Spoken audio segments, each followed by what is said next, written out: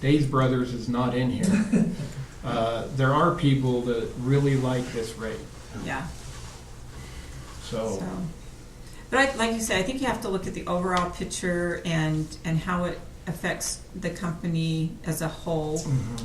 And I think that, we need to decide, but it's very difficult once you start making an adjustment. For one, it opens a can of worms, and pretty soon, well, why can't I fit into that category, and why can't I, so it just was something that was brought up. I know. I didn't even realize, I didn't even think about midway irrigation. You were the one telling me that was going to kick in. So we need to I think if we can just explain, and over time, I think he'll just have to manage that into his, into his budget and adjust for that. Yeah. So. Know that it's going to be high that 1 month because of the demand. Well, and the thing is there's not much revenue coming into, the other months, I don't think it bothers me because there's good revenue coming in, but you get hit that. But if next year you're going to get hit with that, you save some money now. Yeah. To put towards that first bill in November. So I like hanging in. I think, you start slicing and dicing, and pretty soon you've lost your whole base program. And one thing we are going to do, though, is we are going to separate. I'm going to have an electrician come out and separate that chiller so it's on its own service. Yeah. Because we do use that building for other things, but it doesn't, but I want the chiller to just be on its own, so service. it stands Yeah. independently. And That shouldn't be too bad. no, so. Will that change the demand thing on that? If it's the only thing kicking on when it does? It shouldn't probably. It probably won't change that. No, I mean, once that chiller kicks on and he's in business, he is doing better per month than what he was on the old rate structure. That's why it's probably gone down. Yes, and that's why, he's one of those, there's a chiller is one of those, it's kind of one of those equal things. It wasn't really that big of an increase on those months that he's running it the whole month, Yeah. or the whole billing cycle. Yeah. So, It's just if you could start it up for 3 days. If you had a super slow start, you'd be okay. But it. or, instead of and I don't know how that business works, but, clearly there are pumps and other things that could wait 4 more days, get out of the billing cycle when they know that they're going to get a full month's billing cycle in it, and take advantage of the lower kilowatt hour charge, then they won't get hit with that demand. Yeah. And if his business is that way to where he can open at the beginning of a billing cycle and run it for that whole billing cycle, and that's how those people have got to look at it. Yeah. And I talked to St. George at length about this, and their general manager said they adjust to it. Your consumers are smart. They adjust to it. They know how to effectively run their business. And Well, yeah, I see them open it on the so- first of the month, start it up the first or second day of the month, and then open the third or fourth, rather than waiting till the 15th of the month, and then closing it down at the end of the month, rather than going 3 or 4 days into the next month. that's not hard to determine the billing cycle in. Do they know it's what on the cycle? bill. It's on the side. It's on the bill. So they want to start when their normal cycle starts. And I'll talk to him about that, but I appreciate the board taking time The to. thing too is, remember, this isn't just a game. This actually reduces our costs when they're effectively managing their loads. Right. Absolutely. That's why it's a good rate for us, is because it's helping us with our loads and our demand charge. Right. So prorating is going to not just bring a fiscal impact, but also a system impact. Or Oh could. yeah, it's Because not then the it's not doing what responsibility- we're really trying to do there. With the rate packet, yeah. Which is, people need to manage their energy. Yeah. But it becomes a management nightmare for the office and for staff to try and say, oh, wait, let me see, you get this rate, Oh, but yeah. you get that rate, and you get, it's just, and we knew when we first put it in and we talked with our cost of service, we knew that there were going to be those that would come and, and I think we just take them one at a time and look at that. And Yeah, and I think for the ones that are really being affected by this, I think that, like I talked to the customer about, if we look at doing a waiver of the first small, tiny little block of KW. It's really those people that aren't using any electricity and then they go and fire up their hangar. Or like this gentleman fires up his church. So I think we need a policy and a procedure on that as well, though, don't we? Something that we put will. into place. We're gonna have Mr. Pender look at where that line should be cut, Okay. where it's not really hurting the revenue column, and then waive that kind of first block on the demand side. So And do it in a way that's consistent with our cost of service distribution of our costs across Right. the company. Because what's gonna happen is that if we change that, then their KWH rate is gonna go up. right. Right, so we want to keep it as simple as possible, and then, but we need a policy for who qualifies for that, so that's gonna be something that And we we'll will have to do that discuss. as soon as he this- determines where that like line is. Okay, And we'll build it into the policy of probably that small general service category, okay, perfect, so. okay, thanks, Jace. Mhm. All right, next is general manager's report. You got anything else? I'll be quick. We're good. I'll start at the bottom. The April meeting is looking to be very brutal. So I don't know if the board would like to break that up or not, but just so far, we will have completed and will be in front of the board our net metering and distributed generation feed-in tariff policy. That could actually bring in some of the public. We have a public hearing with that at 6. We're not required to do, we're not doing anything with rates, and so all we're doing is kind of changing the procedures. That was last month's discussion, right? Mhm. And this is gonna, where it comes to a head and we This make some is where determinations. we bring it to you for either Yeah, that's right. approval or not. I just dug that out of my last month's minutes and realized I hadn't studied it too closely. What's the date of the meeting? It's April is 27th. 27th. You should be back from Barbados by then. No, I don't think so. Estimated time, how long do you think that'll take? Depending, I think it could be quick if you guys agree with what we've put together. If we debated it all, it could be fairly long, so. Well, you've given us the basic outline. We haven't put numbers in place though, and I think we sort of have to trust the staff knowing better what numbers to put in there. I don't know. Anyway, there's that, there's the audit. The audit will be presented in April. And also, we've got the renewal documents for the IPP power plant, and that will probably take us at least 30 minutes, if not 40. Okay, Anytime you get a lawyer involved, it's going to take more time. Hey, I'm not Especially getting this paid one. hourly anymore, so I tend to be more efficient, So anyways, I just bring that up. If you want us to split up and try to do a couple meetings or, meet. In all When can you seriousness, get here? I'm going to be out of. I can get here that- pretty close to 3. My last Okay. class walks out at 10 to 3, so just time to shut down and get over here. I'll have to maybe start an hour early then if. well, it's good for- I'll have city council at 6, so I'll have to leave Well, by so about about 5:30, Have quarter, to start early if we can. Then. yeah. That's Jeff's- fine. I'll be laying in the sun down He's in in Tucson Barbados, so- until Lucky 1st of May. you. When you leaving? The 16th of leaving the April. 22nd. Leaving the 22nd. So I could push it to 3. I might be a minute after that, but I can come straight over. Should we do that? Either 3 or even 3:30. 3:30. Let's just do 3:30. 3:30 gives us 2 hours and a minute or two, Yeah.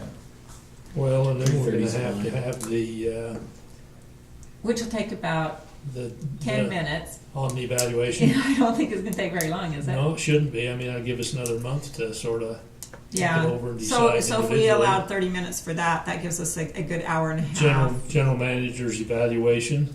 Yeah. We did get a guideline on that, Mm-hmm. and we'll do the best we can with what we got. I'm Not talking about general manager, but He's talking about us. Let's the 3:30, and then if towards the end, I don't know, maybe put some items that could be shifted. Well, let's just not add anything else, but those three that Jason just talked about, and then the general manager's evaluation At the end. at the end. I may want to be involved in I'll call the electronically deal. Yeah, I could probably do You that. get the phone out to the beach. And no beach, you're out in the desert, you know, There's no oceanfront property. no ocean We can- in Tucson. What works better for you, Skype or I don't Skype, but just so just listening. call a conference Yeah. call? Okay. Yeah. We've improved too, haven't we? I mean, it used to be when we do conference call that unless the phone was keyed up, you'd lose. This phone's been remember working that, very Joe? Oh, well. God, yes. So, This is a It's a good. little better. Okay, yeah, I'll try to do that. okay. Colleen, did you want your water pump or your pumps in your tank? Yes, that would be good. We'll sit down and have a really good budget. Okay, UAMPS. Carbon-free power project, not much has changed there. There was one entity from the state of Oregon that pulled out due to a state law that I guess was going to be passed or has passed or something. So we lost one member and they weren't in for much anyway. So. and So then- does that free up what they were going to get that could be picked up by other members? Just distributes it proportionally, I think. Or if nobody picks it up, then it gets automatically distributed amongst everybody. So So With the the automatic- price accordingly to whatever. So what kind of law are they passing that forbids I it? guess you can't do nuclear power in the state of Oregon, or they were gonna have to jump through some hoops to do it or something, so. Interesting. Okay. I don't know, I don't live there. Well, the nuclear power, the plant wasn't in Oregon. I No, don't I say, understand the. Well, that's just yeah, that's distribution of what it nuclear was. power. It's not gonna, It's just like California not California being able coal. to take our coal plant in Yeah. Utah. the kilowatt has to be clean. oh, And it's not by clean. the time If it it's goes not, across if the it doesn't wires, come from a By the clean time it approved gets source, there? we can't have it. I mean, do you see stuff Let like 'em that sit in the dark. flying out from the That's the case, yeah. Whatever. They won't take our coal generator because it's Not not after clean. a certain day, they can't take coal anymore. Yeah. Let them Yeah. sit in the dark. Hey, He's I'm just just he's the just power- giving I us know, the, I he's know. just giving us the news.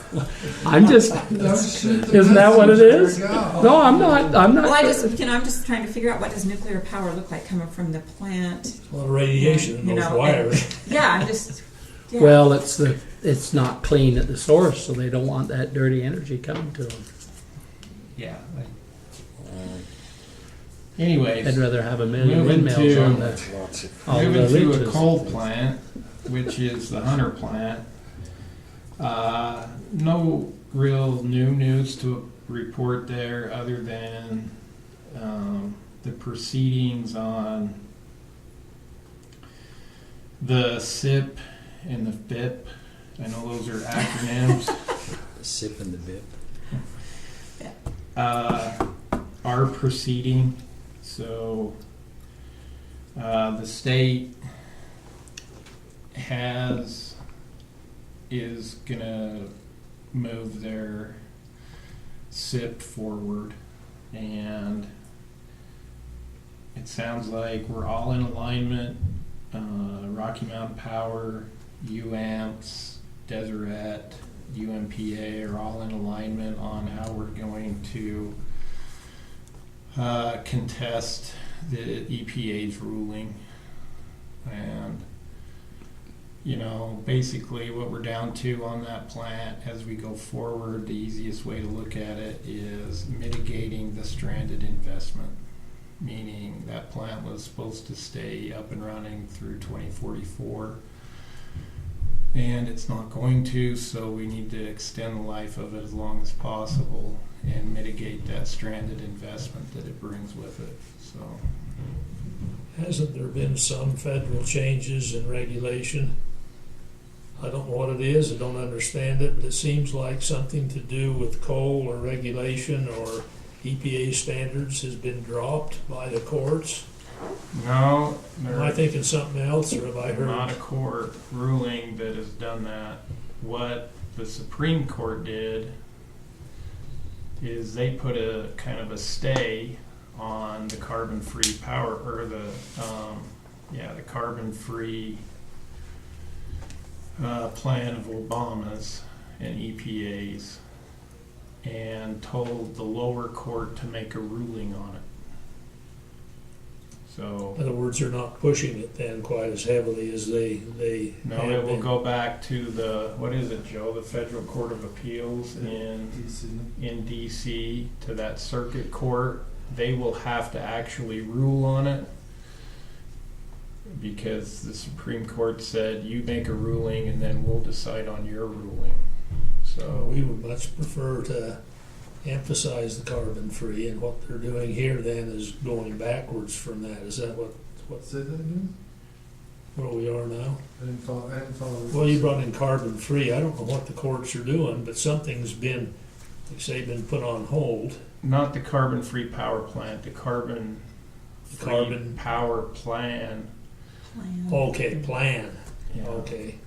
I actually have hearing aids in too. Huh? Plan and plant, you know. Yeah, and you know what that proposal does, if it makes it through the court system and is upheld, is it limits the amount of carbon that can be emitted from these power plants from 2020 through 2030, and so they've got to show a reduction and start reducing. It won't stay encumbered for very long. It's going to probably go right back to where it was. Not hopefully, but I think that's what the world wants to see. Well, the Court of Appeals will hear it. Right. They will make a decision probably to uphold it based on that court's current makeup. Right.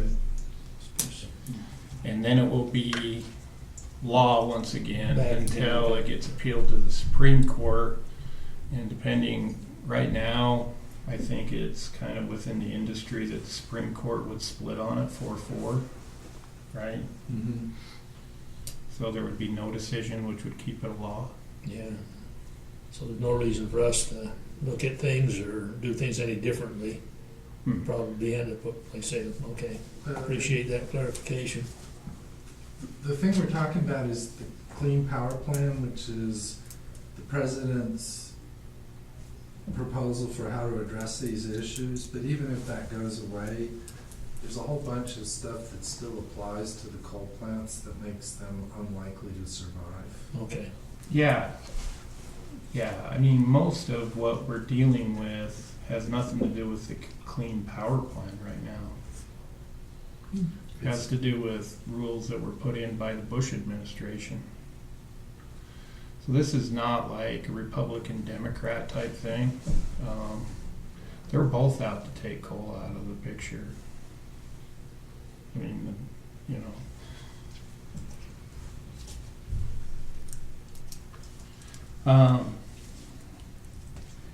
The APPA convention is June 12th through 15th. If you guys want to put that on your calendar, it's in Phoenix, Arizona. And that is also a good national convention for board members to attend. They have a lot of board-related Where is it? in Phoenix, Arizona, June 12th through 15th.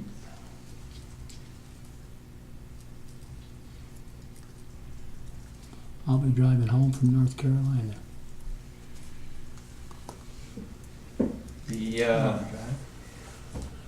Well, my daughter's coming out. It's cheaper to drive than bring her, so she's flying me out to ride home with her. Oh, I'll be able to drive cross country, which I've never done. I was gonna say. But if anybody is Enjoy the interested in cornfields. that, Enjoy the cornfields. That's what you're cross country. That's what you're gonna do. let us know and we will get the arrangements set up for you on that particular conference. We hired a new person. We hired Jake Duke, and he was a glue staker at his previous position, and we hired him as a glue staker here. So What was the first name again? Jake Duke. Jake. Yeah, Duke. See a Heber Duke? Is he related to the Dukes here? Oh, He is, but I'm not sure which one. Bill? He is Bill's, Bill's youngest. yeah, Yeah, Jake that's right. Shannon, his wife's name's Shannon, yeah. He's a nice kid. Yeah, he's a good kid. I only met him. He's Ralph's nephew. Now the split on that, then he'll go strictly blue stake, Mhm. and TJ is gonna do fleet management. No, TJ is going to move into more of a role of system planner. We are really in need of more help on that desk, and he's going to. So the hours that he's spending blue staking now will be dumped almost completely all into system planning. Okay, and then he's still doing. He's still doing fleet Mapping. management. Oh, System planning is mapping. that is mapping. Okay.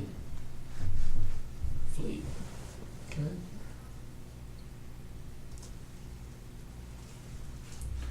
I discussed IPP a little bit. The renewal offers have been mailed.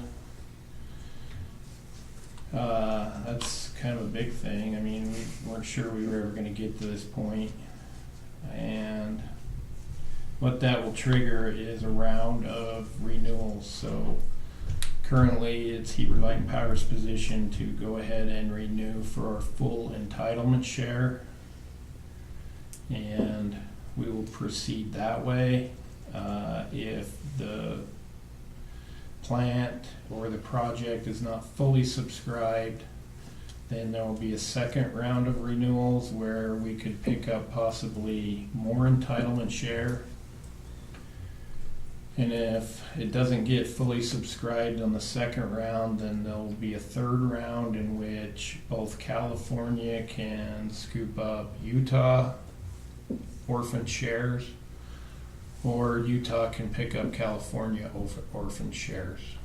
So the first two are in either California or Utah, and then the third one opens it up to like everybody. Correct, Joe? I think on the fourth one, California almost LA just kind of takes what's left. On the fourth one. Uh-huh. Yeah. On the fourth one, LA scoops up everything if they want to continue. So we're getting what we've got. We have the opportunity to get what we have now, and we'll An handle it. entitlement share, so Yeah. it's just a percentage of a size of plant that is unknown at this time. Oh, okay. All right. So we don't know exactly what. And our current entitlement share is 0.0637%, and that equates to 11 megawatts out of a 1900 megawatt plant. That 0.06, if the plant's only 600 megawatts, then it'd be much less. So, I went to the generation and transmission subcommittee meeting in Vegas on Monday with IPP, and basically, as far as the update goes there's still a lot of discussion of what the size of the actual units are going to be there after they repower, and what the makeup of all of it is going to be. We know it's going to be gas. We know it's going to be at a minimum 600. They're still trying to decide whether it needs to be as high as 1,200 megawatts of natural gas combined cycle. And they know that the site and the transmission system can handle up to 2,200 megawatts. And they're basically all saying right now that the rest would be filled in with renewables. So,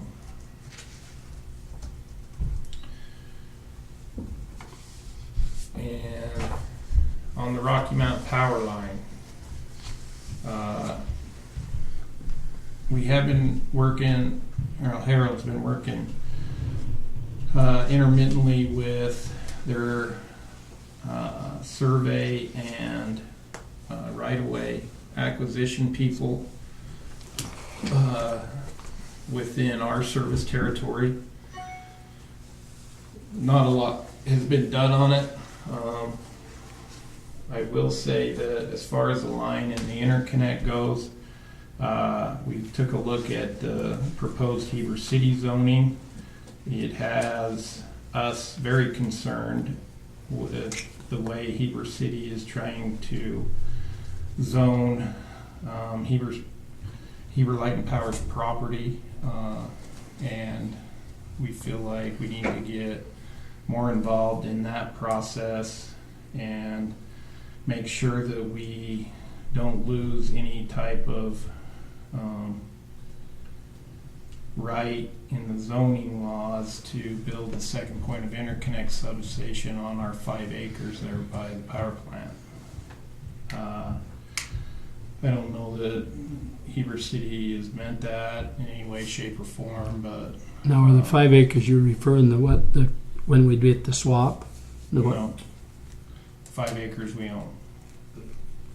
The Right 5 acres that are behind just the right by the event center. Event center, yeah. But isn't that, it's not the part that'll be included in the swap if we ever get that done? No. It's the one back behind, okay. Yeah, it's the one back behind.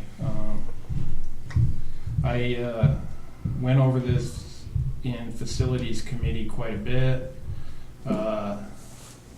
and clearly it has us very concerned, and we think that, I mean, they're zoning it now for historical and recreation, and we don't fit into either one of those categories.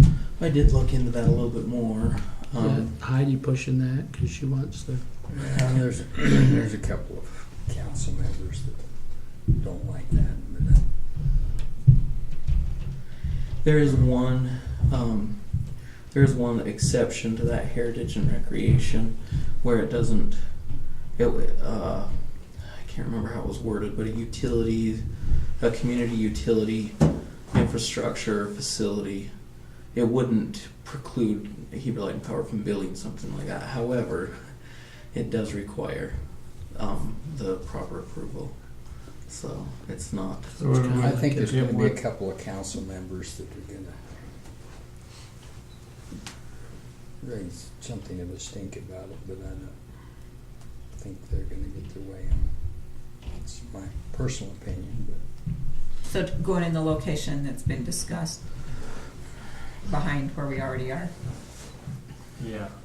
Is there any problem with zoning on what the future where the Cowboy Village is? Same thing. So all of that's Falls gonna into be, all of that. so it could Instead impact of what your commercial future too. plans there when we get that swap done. It takes in UDOT, takes in Heber City themselves. And that whole big That chunk, UDOT the county, station. yeah. So If you are they went going to be to- required to change Huh? what's there existing? Well, but they can't change the zoning on the county piece. They are. Well, they might think they are. I mean, it can, their zoning influence, but I think there's others that say that they might think they're gonna change the zoning, but that we left unmentioned. well, I don't know what, how it impact. I mean, I'd love to get that swap done and get that finished up. How many years has that been in the works? But on the swap, correct me, Jason, I mean, I think that we have not, since Jay was on, we haven't really considered the swap as being in play. You know, it didn't seem like it was something that you guys could really pull off, and we needed to move ahead. So we've basically indicated to the county that, you know, we'll limit the footprint over by the event center as much as we can, but, Yeah. Well, yeah, the last we knew, we needed to get the footprint for the Yeah. other it power, hasn't- the other station, and that let us know what we were talking about.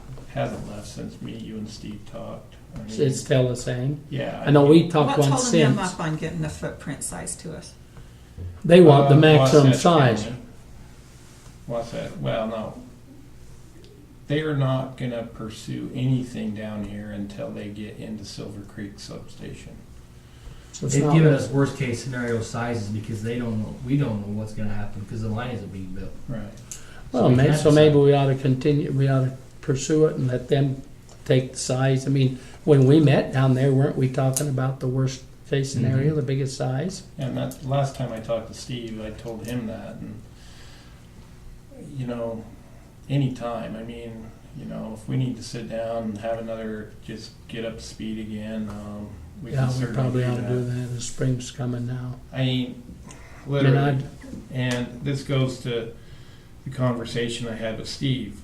We want to work with everybody and all the stakeholders down there on that property, but this is critical infrastructure that we're talking about. And it is for them too, the piece they need, right? The other power, the other station. Yes, yeah, they have to have their piece, we have to have ours in order to do an interconnection with them. Yeah. And, you know, it's just the best place for it. I mean, we've got security there, we've got infrastructure already there, and, you know, by moving things around, it's going to cost this company a lot of money to totally re-gear and refocus.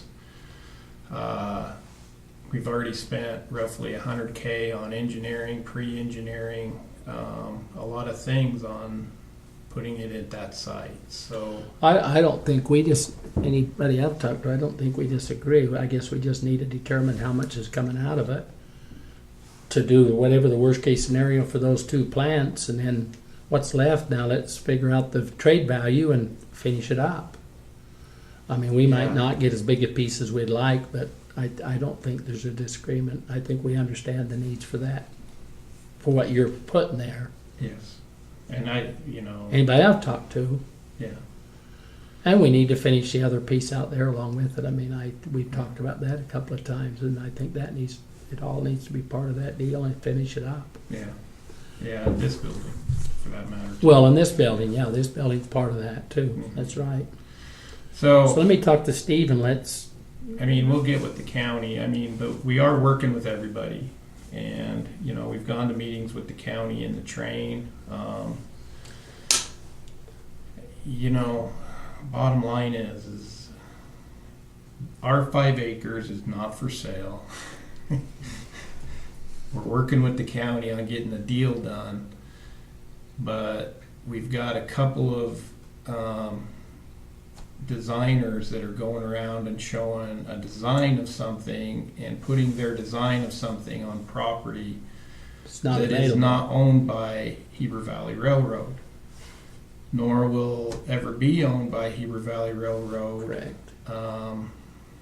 Because we're not going to sell our piece to Heber Valley Railroad. We're dealing with the county on what excess we have. And we're not gonna sell ours either. And so, anyways, we do have a couple of well-intentioned people going around and putting a design out in front of people, and I think it leads to some of this stuff that we're going to have to go and deal with Heber City. And if Heber's attempting to do his own change on that in an effort